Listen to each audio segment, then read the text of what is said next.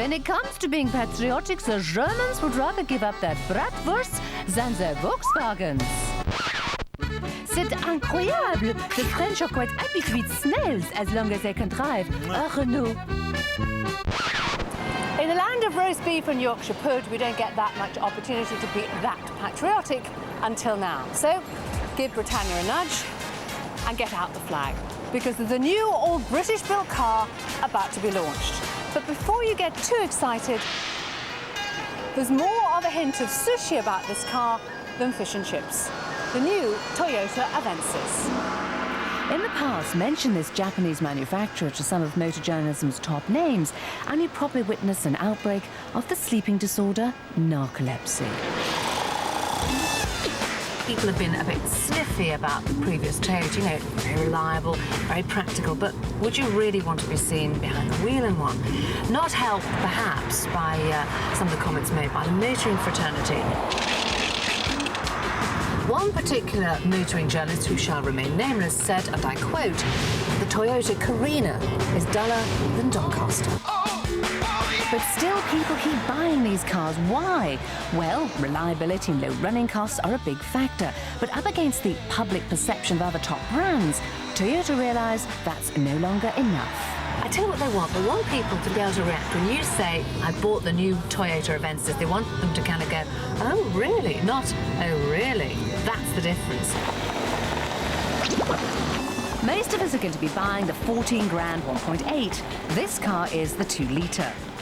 Now, to be honest, it's not a sporty driving experience. You're not going to be throwing it around corners, but Toyota say it wasn't aimed at that. This is about stress-free driving. That's what this is about. It's about comfort. I think the word is cruising. Cruisers come in all shapes and sizes, but this is no speedboat, it's more ocean liner. And stylistically, it's quite a mixture. The lights, rather vectorish. The front grille, very Volkswagen. And that's deliberate, because that's the market that this car is aimed at. There's also a feeling of a Lexus to it. Now, I'm no fan of Alan Partridge's taste in jerseys, but I do like a Lexi. And aha, this car has got a Lexus feel to it in terms of quality and solidity, and it certainly passes the clug test. Aha! Boys, fancy seeing you here. Hey, Jez, I really don't think this disguise is working, you know. Knowing me, knowing you. Right, now I have to watch the way I say this, but the name of the chief engineer, Mr. Fukusato, and you don't get to say that many times on television, Mr. Fukusato is a man obsessed. The man obsessed with two things, Trabants and hi-fis.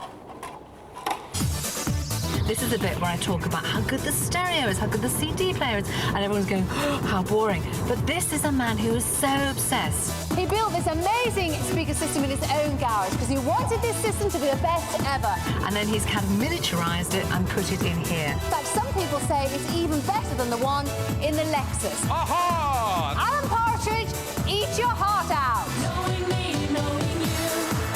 I'm told that it's got plenty of woofers in it. Oh, no, not woofers, not woofers. Woofers.